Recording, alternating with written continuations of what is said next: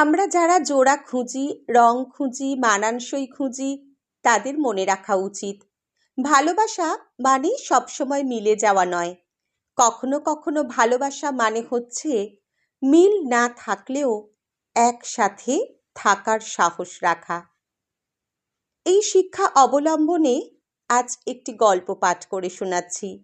গল্পটির নাম জুতো জোড়া। চলুন গল্পটি শোনা যাক। সকাল ৮টা। রেলের লোকাল ট্রেন দাঁড়িয়েছে সাঁতরাগাছিতে। ব্যস্ততা, কনুইয়ের ধাক্কা, ঝাঁকুনিতে চা ছড়িয়ে পড়া মাটিতে সবকিছুই যেন এক শব্দহীন হইচই। কিন্তু এ গল্প তার নয়। এ গল্প স্টেশনের এক কোনায় বসে থাকা এক বৃদ্ধার। এক পা খোলা, আর এক পায়ে ফাটা হাওয়ায় চটি। তিনি জুতো সারাই করেন।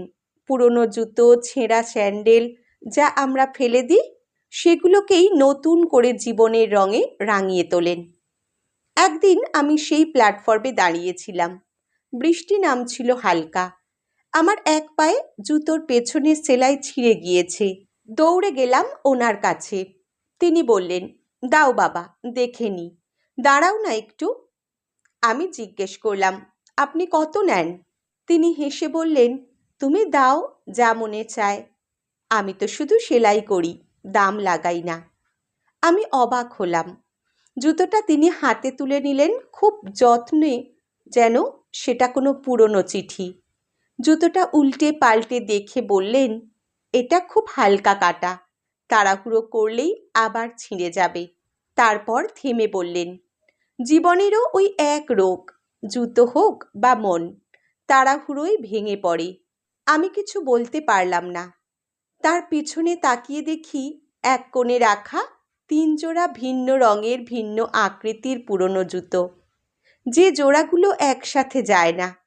আমি বললাম, এই জুতো জোড়াগুলো তো মেলে না।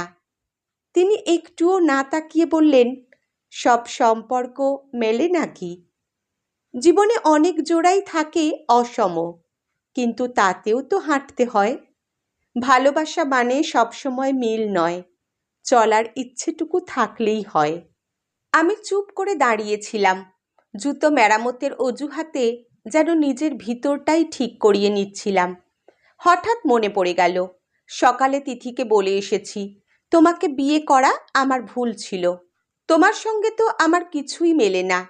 পছন্দ, অপছন্দ, কথা, ভাবনা সবই আলাদা। তিথি তখন কিছু বলেনি, শুধু হালকা একটা দীর্ঘশ্বাস ফেলেছিল। আর আমি ভাবছিলাম, মেলে না মানেই তো চলে না। কিন্তু এই বৃদ্ধা আজ যেন কথার ফাঁকে বুঝিয়ে দিলেন, ভালোবাসা মানে সবকিছু মেলানো নয়। ভালোবাসা মানে যেখানে মিল নেই, সেখানে চলার ইচ্ছেটুকু রাখার সাহস। সেদিন আমি বাড়ি ফিরে কিছু বলিনি, তবে তিথির হাতে ১ কাপ চা তুলে দিয়ে বলেছিলাম, চলো আবার হাঁটা শুরু করি। পাঠে জয়তী। ধন্যবাদ।